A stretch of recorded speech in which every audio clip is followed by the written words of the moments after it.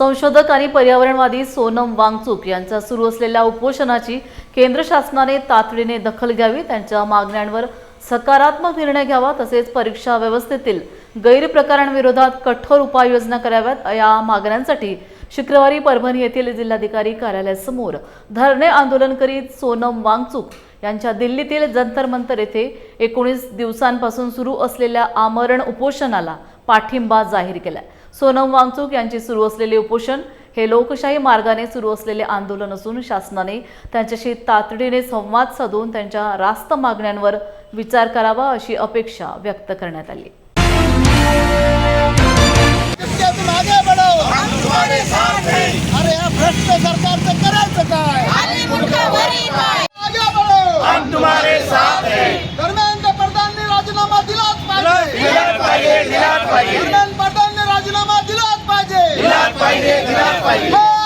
आज परभणी जिल्ह्यातील सर्व पुरोगामी आणि संविधानाला मानणाऱ्या सर्व जागरूक नागरिकांच्या वतीनं या ठिकाणी धरणे आंदोलन धरण्यात आलं।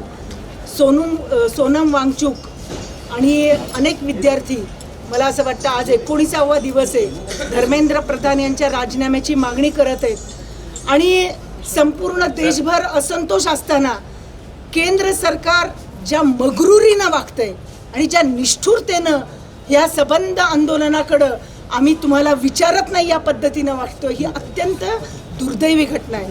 सोनम वांगचुक सारखा शास्त्रज्ञ आणि त्याच्याशी सरकार ज्या प्रकारचा व्यवहार करतंय तोही मला असं वाटतं भारतातला कुठलाही संवेदनशील माणूस ते सहन करू शकणार नाही। आज त्या आंदोलनाला पाठिंबा म्हणून आज परभणीत धरणं आंदोलन धरलं गेलं आणि येणाऱ्या 20 तारखेला देखील एक आंदोलनाचा कृती कार्यक्रम आम्ही पाठिंब्यासाठी करणार आहोत। मला असं वाटतं की विरोधी पक्ष असेल किंवा जे कोणी जनतेची मागणी आहे त्याच्याकडं एवढं माज आलेलं सरकार हे लोकशाही म्हणजे घटना न मानणारं सरकार आहे। बाकी पंतप्रधान आणि त्यांचे बगलवच्चे काही म्हणत, पण अक्षरशः घटना पायदळी तुडवायचं काम आणि हुकुमशाही आणि माज आल्यासारखा जो या सरकारचा माज आहे, इथली जनता तो माज उतरवल्याशिवाय राहणार नाही, एवढंच या ठिकाणी सांगते। इन्कलाब जिंदाबाद। उपोषण चालू आहे देशभर, युवक या प्रश्नावर लढाई लढतात। सोनम वांगचुकला वाटलं की 3 इडियट्ससारखं सोपं असेल, पण ते तसं नाही। ते देशाचं वाटोळं करणारे हे अमित शहा, नरेंद्र मोदी प्रधान हे जे 3 इडियट बसलेले, त्यांना नेपाळची ट्रीटमेंट दिल्याशिवाय हे काही नीट होणार नाही अशी भावना सामान्य विद्यार्थ्यांची, लोकांची आज महाराष्ट्रामध्ये होती। शेतकरी आंदोलनाबाबतीत जे केलं आणि नंतर नरम झाले, त्या पद्धतीचं आंदोलन केल्याशिवाय याला पर्याय नाही आणि देशातली जनता, विद्यार्थी सर्वजण मिळून सोनमच्या मागे उभा राहून ही प्रजांना हकलल्याशिवाय हा देश शांत बसणार नाही, एवढं मी तुम्हाला खात्री करू शकतो।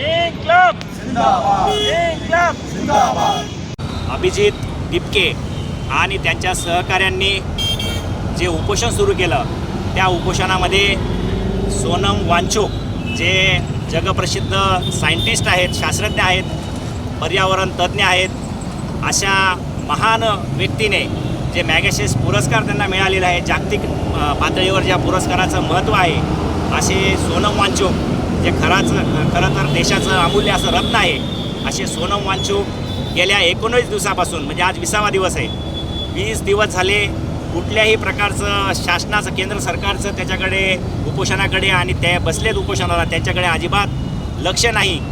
हेतुपुरस्कर ते उपोषण कसं चिरडून टाकता येईल असा प्रयत्न, जाणीवपूर्वक प्रयत्न त्या ठिकाणी केलेला दिसतो। त्यांना साधं म्हणजे एका बाजूला पोलिसांना पेंडॉल आहेत, जे ताडपत्रीचे पेंडॉल की ज्याच्यातून पाणी येत नाही, आणि समोर साधा पेंडॉलसुद्धा टाकायला पोलीस मनाई करतायत। ते तिथले विद्यार्थी आणि विद्यार्थिनी अक्षरशः पावसामध्ये भिजत आहेत। बरेच तिथं देशभरातून अगदी वयोवृद्ध लोक गेलेले आहेत। काल मी एका 70-75 वर्षाच्या आजीबाईची मुलाखत ऐकली, ज्या महाराष्ट्राच्या आहेत आणि मराठीमधून बोलतात। त्यांनी इंटरनॅशनल मीडियाने त्यांची दखल घेतली आणि त्यांची जी मुलाखत आहे ती मोठ्या प्रमाणामध्ये सोशल मीडियावर व्हायरल होते। मला असं वाटतं की त्या आजीबाई ज्या म्हणतायत की इथं सर्व जी हुकुमशाही चालू आहे, एक म्हणजे अशिक्षित असणाऱ्या आजीबाईंना माहिती आहे की ह्या देशामध्ये हुकुमशाही चालू आहे, तर शिक्षित वर्ग जो आहे तो वर्ग या अभिजित दिपके आणि सोनम वांचूक यांच्या आंदोलनामध्ये मोठ्या प्रमाणामध्ये सहभागी अजून झाला पाहिजे असं मला या ठिकाणी वाटतं. आणि सोनम वांचूक यांच्या ज्या मागण्या आहेत त्या मागण्या मान्य झाल्या पाहिजे.